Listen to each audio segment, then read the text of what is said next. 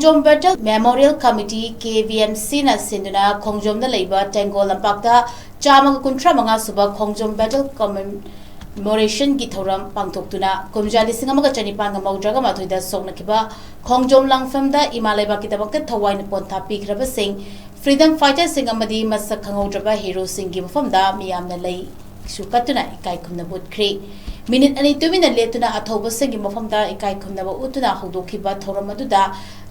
Changtham Sanjoy Singh, Chartered Accountant, Dr. Maishna Mahendra Singh, former Head Psychology Department, RIMS and Jenims, Thingnam Ibetoy National Awardee, President Salayapunba Nupilam Jingdu, Dr. L. Bashanti Devi, former Principal, Standard College, Amadi Sanjam Surjit Singh, Angom Ningtho, in charge, Jairab Loishangna, Mathansina, Thoiba Mitung, THOURAM Mapu, Amasung, Akhanaba Mitung Singh Oiki, THOURAM Adugi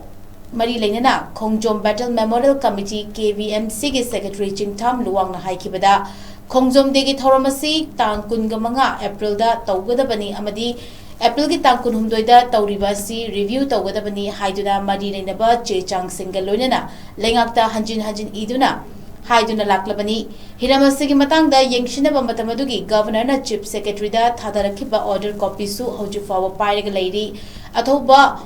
Mitungi Warol Piraduna Chartered Accountant Chongtham Sanjoy na haikibada Aikhoigi Leiriba Mirol asina Matamadugi Masing Yamjadraba Ipai Pusingna Chalamba Magun Singh Chenfam Thoi Haurakliba Mirol Singh dasu Ipai Pusingi Thona Puthokuna Ipai Pusingi Wakalon Singh Fauroknaba Thabak Singh Tokminasi haiki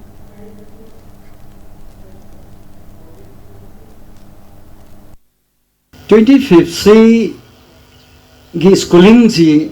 kadai bhawda scientific oibage kadai bhawda historically madugi achumba fact mayam du leibage haibatu aikoi government da hanjan for the last many years back adum lakpani fortunately IT gauda I call madu governor maming do record the organizer secretary where Mamanda memorandum of my question submit away. 23rd April the Khongjom Day Harisi review to Gudabadi Hibus.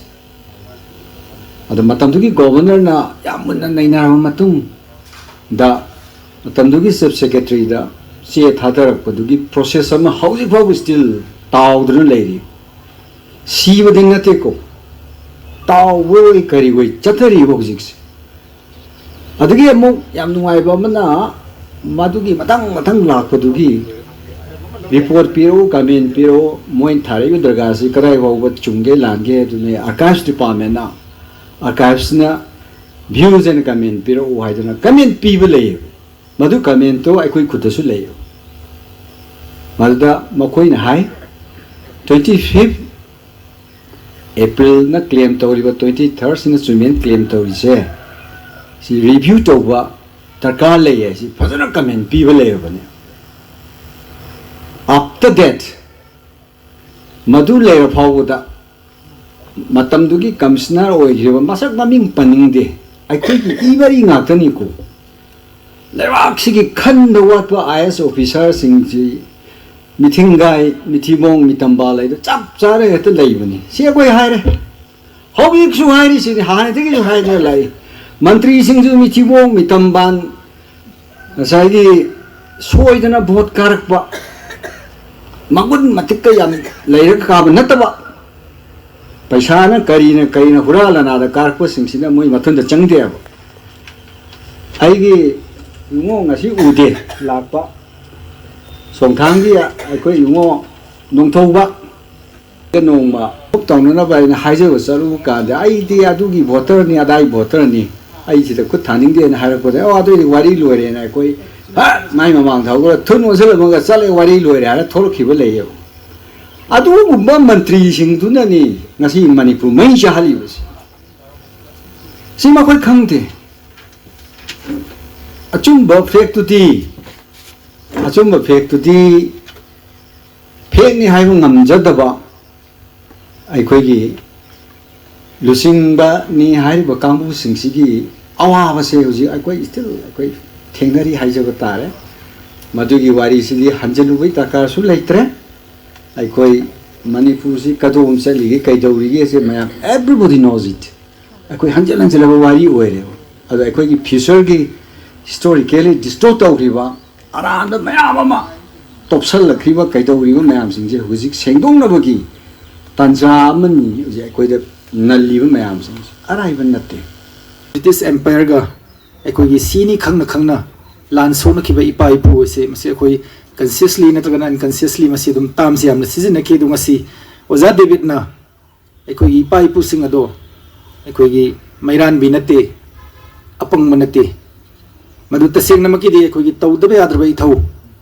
yamna conscious over decision namaga loina na yamna thauna phana amadi confidence amada ekoi na sangsim khibal lan ni habi gi wapam si thambirak pada aduki matik nuai jai aduna ngasi ekoi leiriba mirol asina horukadaba mirol asina asigum laba matamdugi masing yamjedraba ipa ipu singda chelamba confidence madugi thauna sing ado ngasi ekoi gi mirol asida su ekoi masi chenpham thoi masi chenana bohona si amadi matung tarakba miron singda asigum ba thauna ase ekoi piminna ba ekoi thabak tauram sing wakhan sing ekoi puthomina duna horuk liba isa inaw sing da sigum wakal se phaurak na tabak torum sing tawmin si ha wa phamasi ai ngasi gi